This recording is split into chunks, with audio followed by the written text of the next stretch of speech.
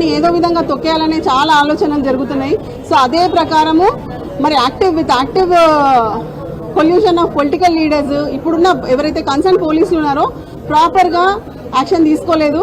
ఒక మైనర్ బాలిక మీద ఏ విధంగా అయితే లైంగిక వేధింపులు జరిగాయో ఆ లైంగిక వేధింపుల గురించి వాళ్ళ మదర్ చాలా క్లియర్గా ఒక 4 పేజెస్ కంప్లైంట్ ఇవ్వడం జరిగింది పోలీస్ స్టేషన్లో. సో ఇప్పటికీ ఎఫ్ఐఆర్ రిజిస్టర్ అయ్యి మోర్ దెన్ 48 అవర్స్ అయింది. మనకందరికీ తెలిసిందే సుప్రీంకోర్టు టైమ్ అండ్ అగైన్ చాలా గైడ్ లైన్స్ ఇచ్చారు, చెప్తూనే ఉన్నారు ఏ విధంగా మైనర్ బాలికల మీద ఒకవేళ లైంగిక వేధింపులు జరిగితే ఎలాంటి సీరియస్ యాక్షన్ తీసుకోవాలి, ఏ విధంగా ప్రొసీడ్ అవ్వాలనే ఇష్యూస్ కూడా ఉన్నాయి. With consent or without consent if at all any harassment has been caused against a minor child ఖచ్చితంగా it is a heinous crime. ఇంత హీనియస్ క్రైమ్ చేసిన వ్యక్తిని వాళ్ళు సింప్లీ ఇప్పటి వరకు మోర్ దెన్ 48 అవర్స్ అయినా కూడా ఎలాంటి యాక్షన్ తీసుకోలేదు. సో ఇది ఖచ్చితంగా పోలీస్ వాళ్ళు ఆన్సర్ ఇవ్వాలి. డీజీపీ గారిని కూడా మేము క్వశ్చన్ చేస్తున్నాము, ఏ విధంగా ఇంత సీరియస్ అఫెన్స్ లో అలాంటి మైనర్ బాలిక మీద లైంగిక వేధింపులు జరిగిన తర్వాత కావాలని చెప్పి సెక్షన్స్ ని డైల్యూట్ చేయాలనే ఉద్దేశంతో section 11 and 12 of POCSO act పెట్టారు. వేరే యాజ్ పర్ ది కంటెంట్స్ చాలా క్లియర్ గా మనకు కనిపిస్తుంది సెక్షన్ 7 and 8 పెట్టాలి, ఇంకా తీవ్రమైన ప్రొవిజన్స్ ఉన్నాయి అవి ఇంపోజ్ చేయాలి.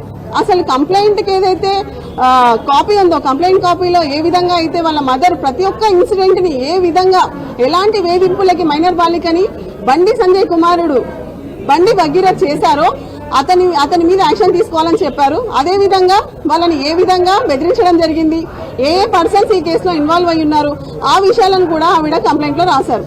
ఇర్రెస్పెక్టివ్ ఆఫ్ ఎనీథింగ్ ఇప్పటి వరకు ఐఎమ్ టెలింగ్ యూ ఒక్క యాక్షన్ కూడా తీసుకోలేదు. మోర్ దెన్ 48 అవర్స్ అయింది.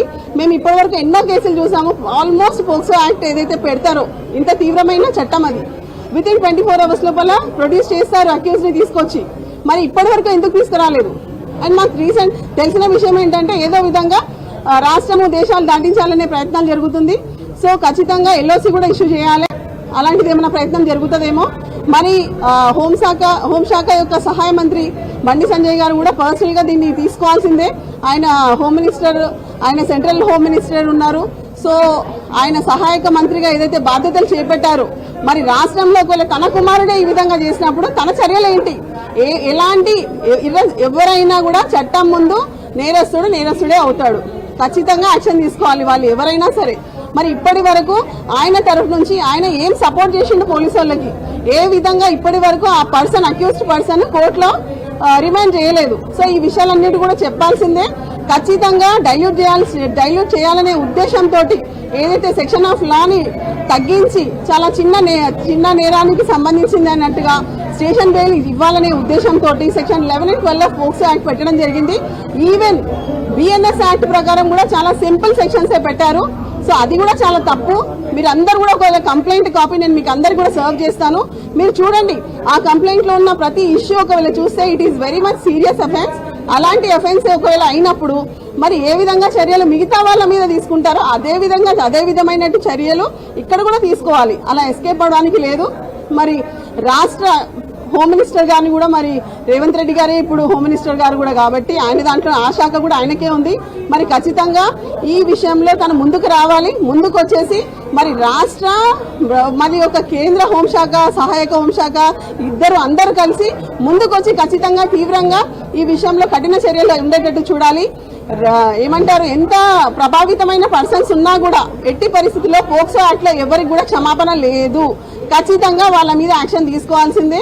సో మహిళా కమిషన్ కూడా మేము ఈరోజు చెప్పాము, ఏ విధంగా అట్లీస్ట్ ఈ విషయంలోనైనా ఒక ఎంక్వైరీ కమిషన్ ని అపాయింట్ చేయమని చెప్పాము. అదే విధంగా సమన్ చేయమని చెప్పాము పోలీస్ అధికారులని. ఎందుకు వాళ్ళు ఇప్పటి వరకు ఎలాంటి చర్యలు తీసుకోలేదు? నాట్ ఈవెన్ 161 స్టేట్మెంట్స్ కూడా రికార్డ్ కాలేదు ఇప్పటి వరకు. వాళ్ళ ఇమీడియట్ బాధ్యత ఏంటి? విక్టిమ్ గర్ల్ ని మెజిస్ట్రేట్ ముందు హాజరుపరచాలి. ఇప్పటి వరకు హాజరుపరచలేదు. ఆమెతో ఇంకా ఎలాంటి తీవ్రమైన లైంగిక వేధింపులు జరిగాయి అవి కూడా అడగాలి. అది కూడా జరగలేదు. మరి ఎందుకు జరగట్లేదు అనేది పోలీసు వారు ఖచ్చితంగా బాధ్యత వహించి వీటన్నిటిని కూడా త్వరితగతిన వాళ్ళు సాల్వ్ చేయాలి. ఇష్యూని ఖచ్చితంగా అతన్ని రిమాండ్ చేయాలని చెప్పేసి మేము డిమాండ్ చేస్తున్నాం. లిటరల్లీ మీరు చూస్తే మీరు మంచి క్వశ్చన్ అడిగారు బ్రదర్. ఏ విధంగా హనీ ట్రాప్ అవుతుంది మీరు చూసారా?